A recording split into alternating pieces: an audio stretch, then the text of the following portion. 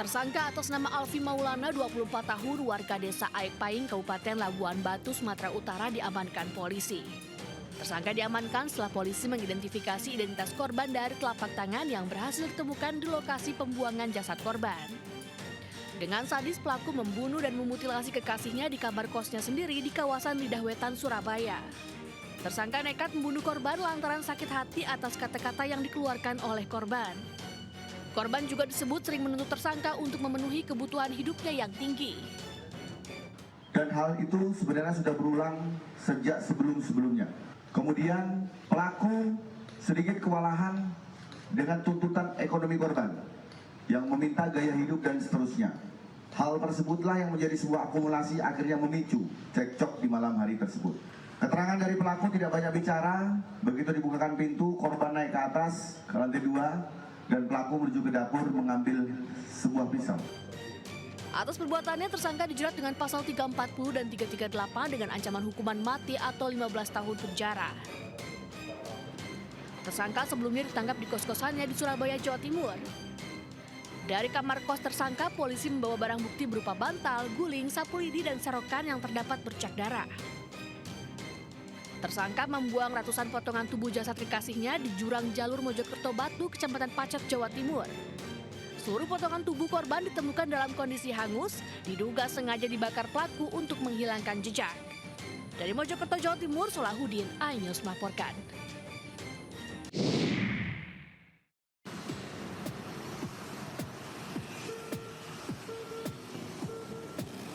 Polisi telah berhasil menangkap pelaku mutilasi terhadap Tiara Angelina Sarswati, warga desa Made, Lamongan, yang jenazahnya ditemukan di kawasan Pacet, Mojokerto. Proses otopsi terhadap korban juga telah dilakukan oleh tim forensik RS Bayangkara Pusdik Gaksum di Porong, Sidoarjo.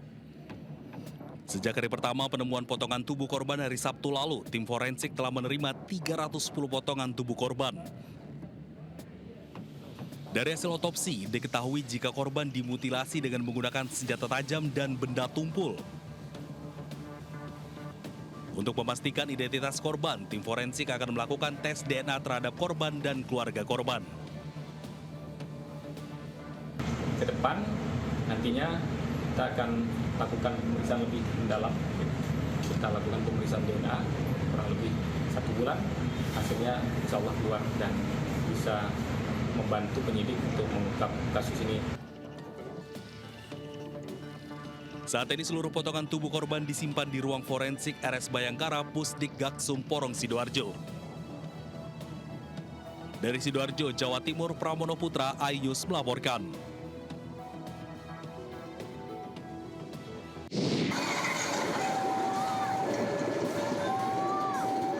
Kecelakaan antara kereta dengan mobil di perlintasan Curatulis, Kecamatan Tongas, Probolinggo terekam kamera video warga. Kereta api Rangga Jati menabrak mobil yang sudah ditinggal pengendaranya. Menurut warga, kecelakaan terjadi karena mobil terhenti di tengah perlintasan rel akibat mati mesin. Di saat yang sama, kereta akan melintas. Katanya mogok, enggak? Oh, mogok ya. Terus Bu, habis itu? Ya warga ya kerumunan sudah ramai katanya, mobil kereta. Sebelumnya korban sempat dibantu warga untuk memindahkan mobilnya. Namun upaya ini gagal dan hanya bisa pasrah saat mobilnya hancur ditabrak kereta.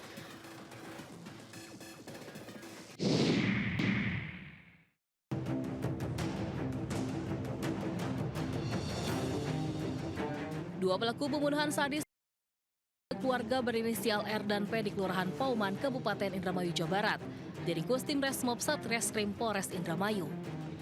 Pembunuhan dipicu konflik antara pelaku R dengan korban Budi Awaludin. Pelaku R telah menyewa mobil korban Budi dengan memberikan uang sewa sebesar Rp750.000. Namun saat akan digunakan, mobil korban mengalami kerusakan mesin, sedangkan uang yang diterima telah digunakan korban. Tak terima uangnya hilang, akhirnya R mengajak P dengan iming-iming uang sebesar Rp100 juta untuk membunuh korban. Pelaku R membunuh korban Budi, ayah mertua, istri korban, serta anak korban yang berusia 7 tahun. Sedangkan pelaku P membunuh anak korban yang berusia 8 bulan. Diketahui pelaku R adalah residivis kasus penganiayaan berat beberapa tahun lalu. Yang bersangkutan pelaku baru menargetkan korban inisial B awalnya itu karena dia sudah mempersiapkan berada di belakang rumah. Kemudian karena situasi saat ini juga kami masih mendalami kenapa mereka langsung masuk kembali ke rumah. Di sana ada mertua, kemudian ada anak-anaknya dan istrinya. Akhirnya mereka menghabisi semuanya termasuk dengan balita yang 8 bulan. Sebelumnya jasad kelima korban yang masih satu keluarga ditemukan terkubur di belakang rumah setelah warga mencium bau tak sedap selama 4 hari terakhir. Polisi yang melakukan penyelidikan berhasil menangkap pelaku di wilayah Kedokan Bundar Indramayu setelah sempat menghilangkan jejak ke wilayah Semarang, Demak, serta ke wilayah Jawa Timur.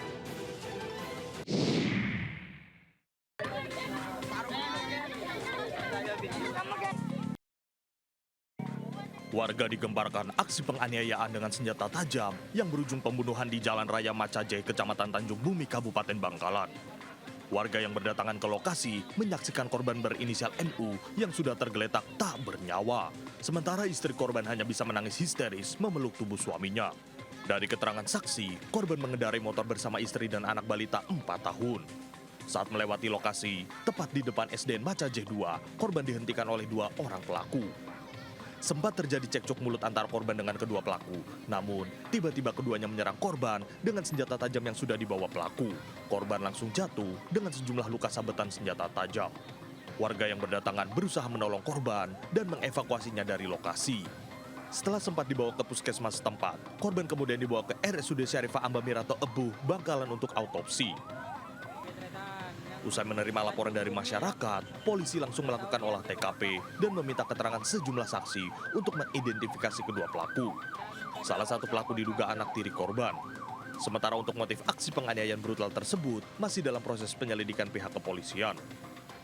Kemudian dari keterangan saksi, 2 orang tersebut melakukan penyerangan diduga menggunakan senjata tajam sehingga mengakibatkan korban luka, dan kemudian beberapa saksi dan warga setempat berupaya menolong menggunakan ambulan. Ini Polsek dengan jajaran Reskrim berupaya untuk melakukan pengungkapan terhadap 2 pelaku tersebut. Pihak Polsek Tanjung Bumi dan Satreskrim Polres Bangkalan kini masih memburu kedua pelaku untuk segera mengungkap motif kasus pembunuhan ini. Dari Bangkalan, Jawa Timur, Taufik Syahrawi, iNews melaporkan.